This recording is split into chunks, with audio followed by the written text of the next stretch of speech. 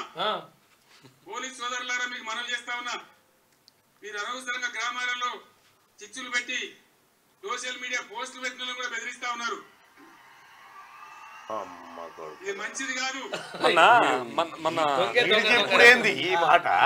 మనని అంటే ఆ రోజు అక్రమంగా అరెస్ట్ చేసి మిమ్మల్ని తీసుకుపోయినాక మేము గొడవ పెట్టుకున్నాం కన్నా ఆ సిఐ మనకు కనపడ్డాడు.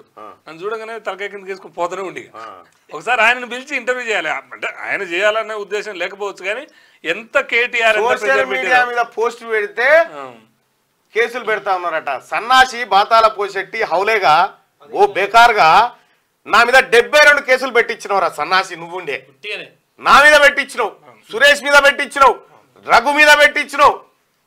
ఎవరి మీద పెట్టియలేను? కేసులు, దాడులు, బెదిరింపులు. ఎంత మందిని హింసలకు గురి చేసినావు? మొత్తం పోలీసు ఎవడన్నా వాట్సాప్ గ్రూప్ లో ఊరి గ్రూప్ లో పెడితే పోలీసు ఆయన ఫోన్ చేస్తాడే. అప్పుడు టీఆర్ఎస్ పార్టీ ఉన్నప్పుడు ఒక సన్నాసి ఇప్పుడు నిరసన తెలుపుకోవడానికి హక్కు ఉందిరా నాయన. ఇవాళ నువ్వు ఈడ ఈ నిజంగా కాంగ్రెస్ పార్టీ అనుకుంటే నువ్వు కరీంనగర్ పోకముందుకే నీ పార్టీ ఖాళీ అయిపోయేది. మంచిగా కాంగ్రెస్ పార్టీ అనుకుంటే అంతే కదా. ఇప్పుడు వీళ్ళ అధికారం ఉన్న రోజు మొత్తం ఒక్క రోజు మేడిగడ్డకి ఎవరైనా పోనిచ్చారు? ఎవరిని పోనీయలే. మేడిగడ్డ అంటే అదొక ఇవాళ ఎవరైనా పోవచ్చు. అది ఏ దేశంలో ఉందనేది అంత అనుమానం వచ్చే.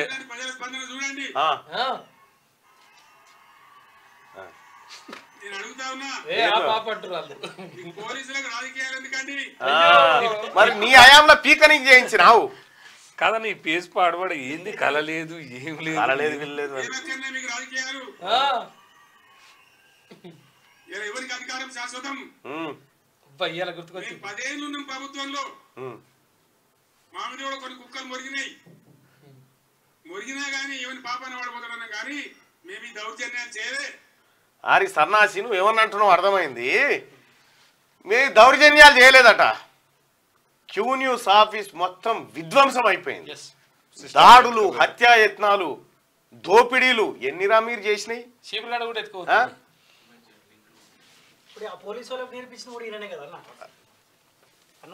ఈయననే వీనంతా లంగలేడు. ఎందుకంటే ఇగో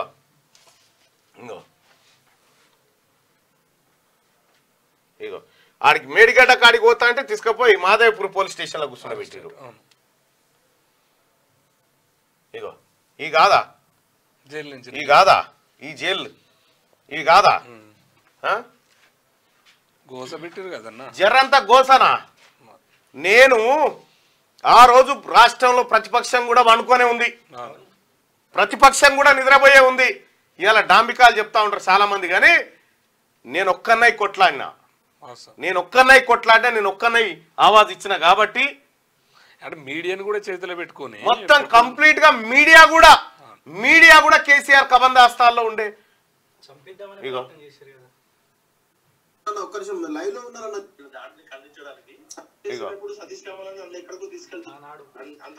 ఆ రోజు నువ్వు ఏమి చేయకపోతే వీళ్ళందరూ కొంత ఎత్తుకెత్తాల్సిన అవసరం వచ్చింది. ఒక్కనొగలి నీవు చెప్తా ఉన్న కేసీఆర్ నా బిడ్డల ఉసురు తగులుతుంది, నీకు నా బిడ్డల ఉసురు నీకు ఖచ్చితంగా తగులుతుంది. ఎందుకంటే అసలు నోటి మాటలు కూడా రానటువంటి పిల్లలు, చిన్న పిల్లలు. నా చిన్న కూతురు ఎప్పుడు తలబెట్టి పడుకో ప్రతిరోజు సురేష్ నువ్వే కదా ఉండేది. ఏడ్చి 100 రోజులు ఏడ్చిరు. కేసీఆర్ నువ్వు చేసిందే ఈ కథ. నువ్వు అనుకున్నావు అధికారం నాకు శాశ్వతంగా ఉంటది అనుకున్నావు, కానీ నిన్ను గద్దె దించి నిన్ను ప్రగతి భవన్లకి గొర్ర బయటికి గుంజుకొస్తామని చెప్పిన వచ్చినావు. ఎవ్వడేం చేయలేడని విర్రవీగినవు. ఆఖరికి ఆర్మూర్ పాండుగాడు తోటి సుపారీ ఇప్పించినావు తీన్మార్ మల్లన్నను చంపాలని. జైల్లో కూడా అదే ప్రయత్నం నీది. కానీ కేసీఆర్ ఒకటి గుర్తుపెట్టుకో, నువ్వు నీకంటే పెద్ద నియంతలు నీ గడ్డ చూసింది. నువ్వు చాలా చిన్నోడి వల్ల నీ అటువంటి బేకార్గాన్ని, నీ కుటుంబం అంతా లుచ్చ కుటుంబాన్ని ఇంకొకటి ఎవరిని ఈ తెలంగాణ గడ్డ భరించదు. ఇంకా నిన్న మాట్లాడుతున్న సిగ్గుందా? నేను మాట్లాడితే బాగుండదు, కానీ 2000 ఏదో సంవత్సరంలో ఇదే మే నెలలో 48 డిగ్రీల ఎండనట. 48 డిగ్రీల ఎండల ఆడ మీటింగ్ పెట్టిండట ఇదే సమయాన్ని అంటుండ్రు రాత్రిపూట ఏమన్నా నేను అబద్ధం అంటలేదు అన్ని బడవాయి మాటలేమని వాడు ఇంకా మారతలేడుగా అన్ని బడవాయి మాటలు మాట్లాడుకుంటా ఏంలో ఉంది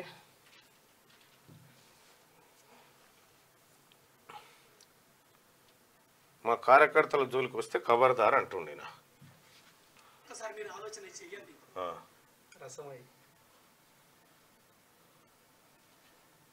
రాజకీయాలలో పరిణామాలు జరుగుతుంటాయి మొన్న కూడా మోసపోయి జనం మోసపోయారని చెప్తున్నా జనం మోసపోయారని చెప్పి మోసపోయింది నువ్వు జనాన్ని నమ్మినావు నువ్వు మోసపోయినావు ప్రజలు ఏం జరుగుతుందో మీకు తెలుసు వేలేస్తాం రైతుల చెప్పులు చాలా బందోబస్తుంటాయి నిన్న ముఖ్యమంత్రి ఇంత అసహనమా ముఖ్యమంత్రి అంటే తెలంగాణ మాట్లాడదా తెలంగాణ ఉద్యమంలో మాట్లాడి ముఖ్యమంత్రి పదవి ఉన్న వ్యక్తి మేము మానవ బాంబులం అయితే మనం మాట్లాడచ్చునా మాకు మాట్లాడరాదా ఇట్టారంటే తిట్లు తక్కువన్నాయా ఇవాళ గీయాలకు మొదలు పెడితే రేపు గీయాల దగ్గర తిట్టచ్చు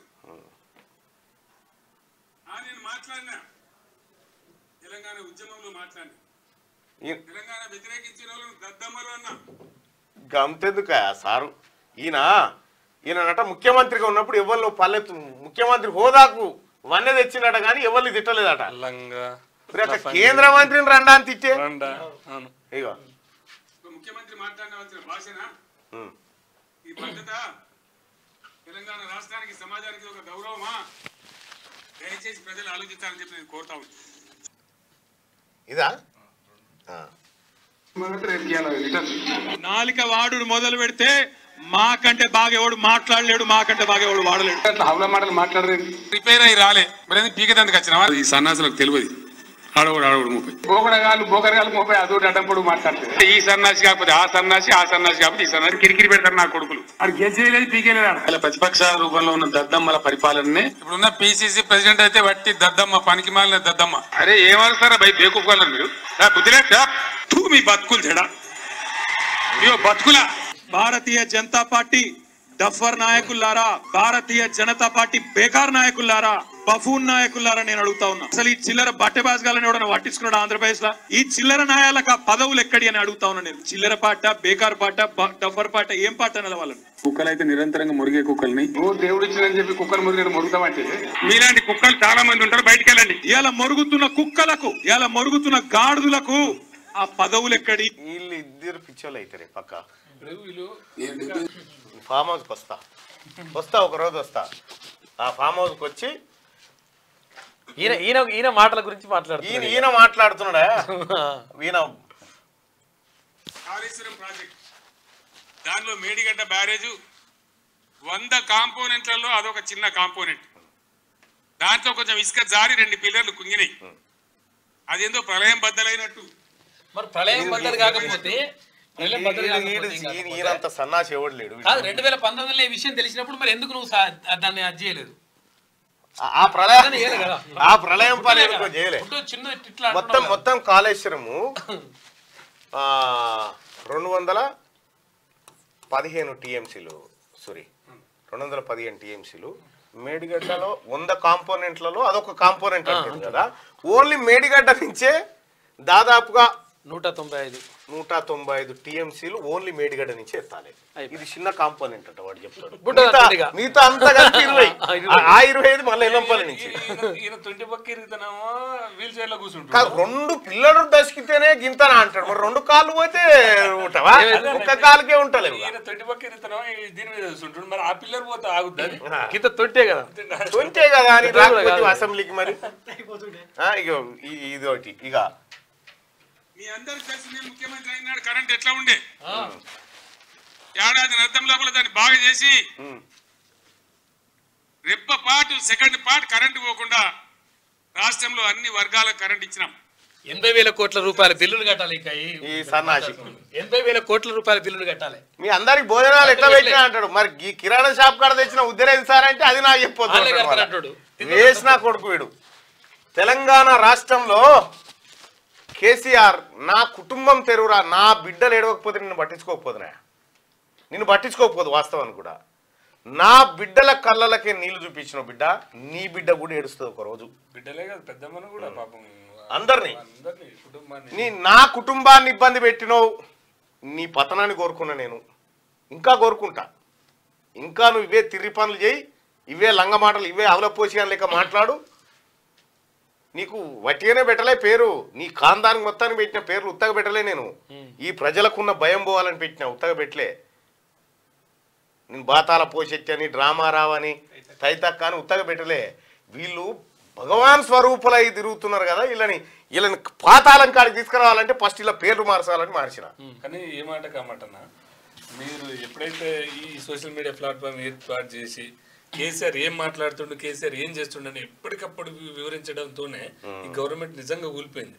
అంతకుముందాక ఈ ప్రతిపక్షాలకు ఏ పడలేడు, అంత ఎక్కడ అక్కడ బన్నడాయాలా ఏది పోయారు అంటే ఈ సోషల్ అంటే మీడియా పోయినాక, మీడియా మొత్తం ఆయన చేతులు ఉంది, పేపర్ ఆయన చేతులు ఉన్నాక ఈ ఒక్క క్యూ న్యూస్ తోని ఎన్ని ప్లాట్ఫామ్లు ఏర్పాటు చేసి ప్రతి ఒక్కరు ప్రశ్నించే కాడికి ఒక రూపం అంటే తెలుగు. వాస్తవానికి ఇదేదో నేను కమర్షియల్ ఛానల్ చేద్దామని ఏదో అని కాలే. నేను అరే నా వాయిస్ చెప్పుదామరా భయ, ఓ వేదిక సృష్టించుకున్నాక అంతే.